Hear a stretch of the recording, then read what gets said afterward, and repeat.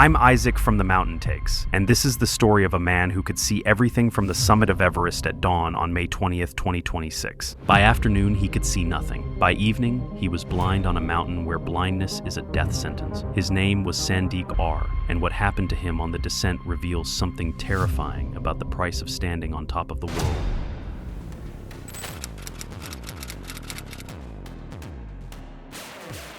It was May 20th, 2026, at approximately 8 a.m. when Sandeep R reached the summit of Mount Everest. The morning was clear. The visibility was perfect. He could see for hundreds of miles in every direction the curvature of the earth, visible beneath him, clouds arranged thousands of feet below like a white ocean. He stood on the highest point on earth and took photos. Tulasi Reddy, his climbing partner of 50 days, was somewhere behind him on the mountain, also making his push toward the summit. Sandeep had trained hard for this moment. He had invested months of preparation, enormous expense, and the physical and mental endurance required to reach 29,032 feet. He had reached the summit. He had made it. The rest was supposed to be the easier part, the descent, getting down, going home to his 17-year-old son waiting in Arizona. But Sandeep ARE was 46 years old, and he didn't know what Arizona meant anymore. Not really. He had been born in India, had climbed in the Himalayas as a young man, understood mountains the way only someone from India can understand mountains.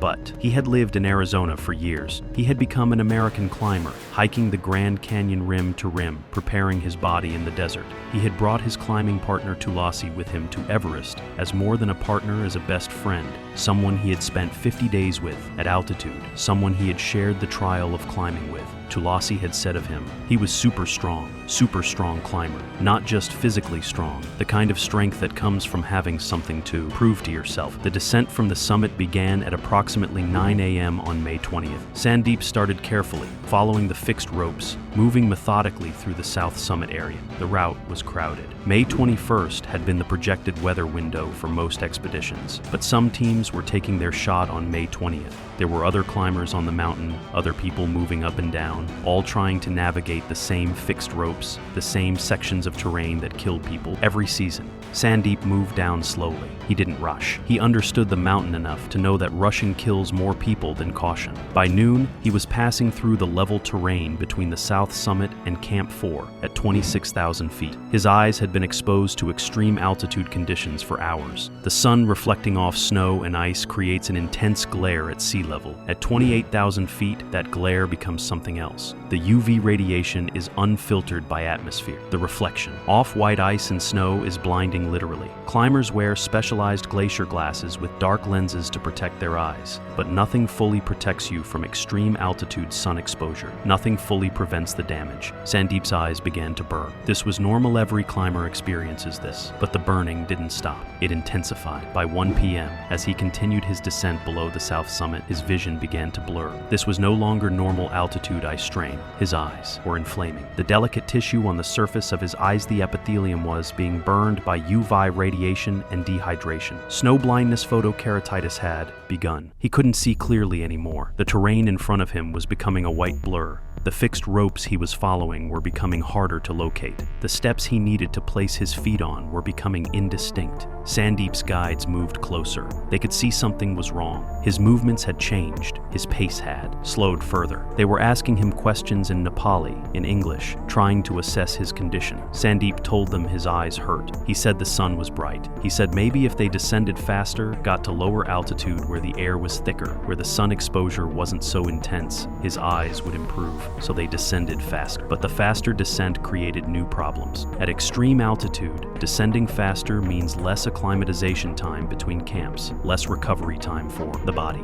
Sandeep's oxygen saturation was already critically low from the summit push. His body was already compromised by exhaustion and thin air. His brain was already being starved of oxygen. And now he was pushing his body harder, making it work faster when it was already at the breaking point. By 2:30 p.m., his eyes weren't just burning, he was losing vision. Colors were becoming unclear. Shapes were becoming ambiguous. He was moving down a mountain he could no longer see clearly, being guided by men whose voices he could hear but whose faces were becoming indistinct. This is when altitude sickness compounds with physical injury. This is when the body starts failing on multiple fronts simultaneously. Sandeep's guides recognized the severity now. This wasn't eye strain. This was snow blindness progressing rapidly. They called for additional support. Other Sherpa guides from lower camps began moving up to intercept them. The word was passed down the mountain. Climber in distress, vision loss, need additional hands to bring him down. By 3 p.m., Sandeep R could not see. Total blindness. Not vision impaired, not reduced vision blind. His eyes had been exposed to extreme UV radiation for almost 7 hours straight of altitude. The epithelial cells of his corneas had been fried. His tears had evaporated in the dry air. His eyes had simply stopped working. He was now a blind man at 26,500 feet on a mountain that kills people who can see everything. He was being guided by touch, by voice, by the physical contact of Sherpa hands on his body, telling him where to step, how to move, when to breathe. At this point in the story, most people would have turned around completely. Most climbers with total vision loss at high altitude would say, "Find a way to get me to shelter, get me oxygen, get me down immediately." But at extreme altitude, there is no immediately. There is no helicopter rescue at 26,500 feet. There is only the incredibly slow process of hand guiding a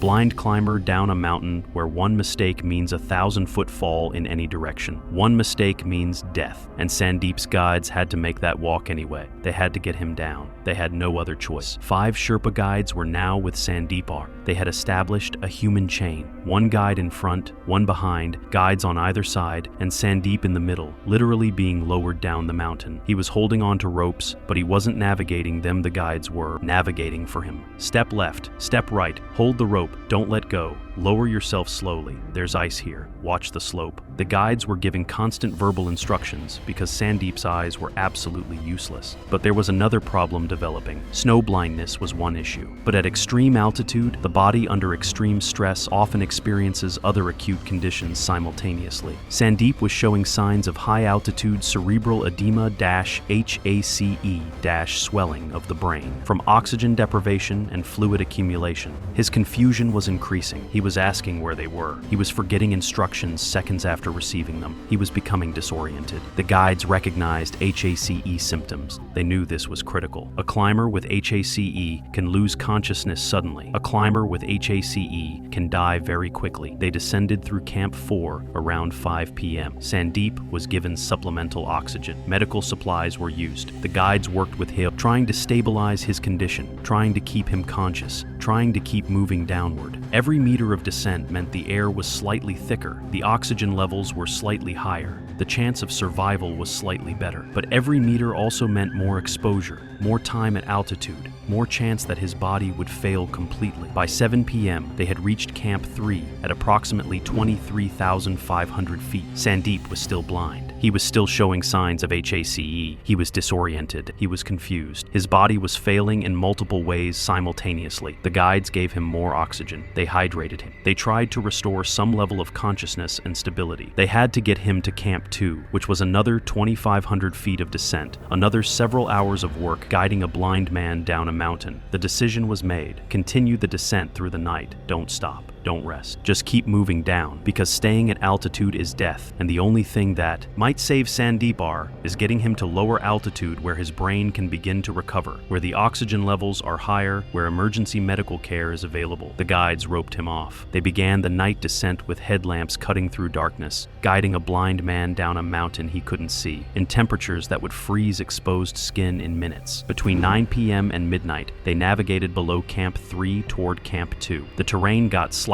easier as they descended. The air got slightly thicker. Sandeep's condition was still critical, but at least the immediate danger of extreme altitude was decreasing with every meter down. The guides were exhausted. They had been working non-stop for hours, but they kept moving. This is what guides do. This is what Sherpa climbers do. When someone's life depends on them, they keep moving. By 1:30 a.m. on May 21st, they reached Camp 2 at approximately 21,000 feet. Sandeep R was brought into a tent. Medical assessment was immediate. His eyes were severely damaged, snow blindness confirmed, but he was below the altitude where immediate death from HACE was likely. His oxygen saturation was approximately 58% low, but survivable at this altitude. He was confused, but conscious. He was alive. They had gotten him down alive. The guides gave him supplemental oxygen. They administered medications for HACE. They hydrated him. They kept him warm. They did everything that could be done at 21,000 feet in the middle of the night in a tent. Sandeep R had successfully summited Mount Everest. He had overcome extreme altitude, extreme weather, and the physical limit of human endurance to reach the summit. But on the descent, his eyes had failed him. His brain had swollen.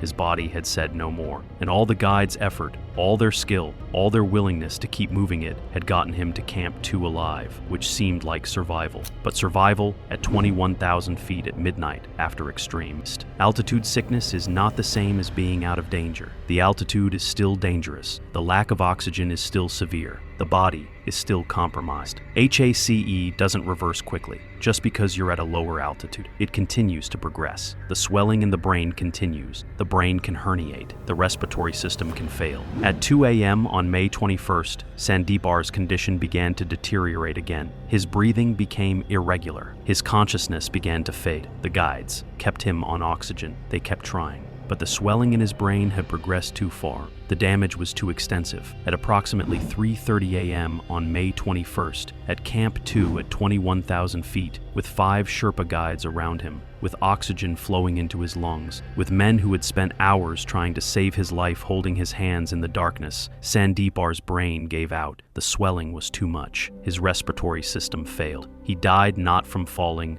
not from avalanche, not from the east. Immediate catastrophe that people imagine when they think of mountain deaths. He died from the mountain's slow torture. He died from a combination of conditions. He died from being a blind man at extreme altitude, whose body simply ran out of function. And the hardest part of this story isn't that he died. The hardest part is that his family in Arizona would never see his body. His 17-year-old son would never get to say goodbye to his father, because Sandeep R died at Camp 2. And bringing his body down from Camp 2 is logistically complex. Bringing a body from 21,000 feet down to base camp requires additional porters, additional risk, additional resources. So his family made the decision: leave him on the mountain. His body remains at Camp 2 at 21,000 feet, preserved in the cold, a permanent resident of the place where his lungs failed. Tulasi Reddy, Sandeep's climbing partner and best friend for 50 days on the mountain, gave a statement to media. He was the strongest climber I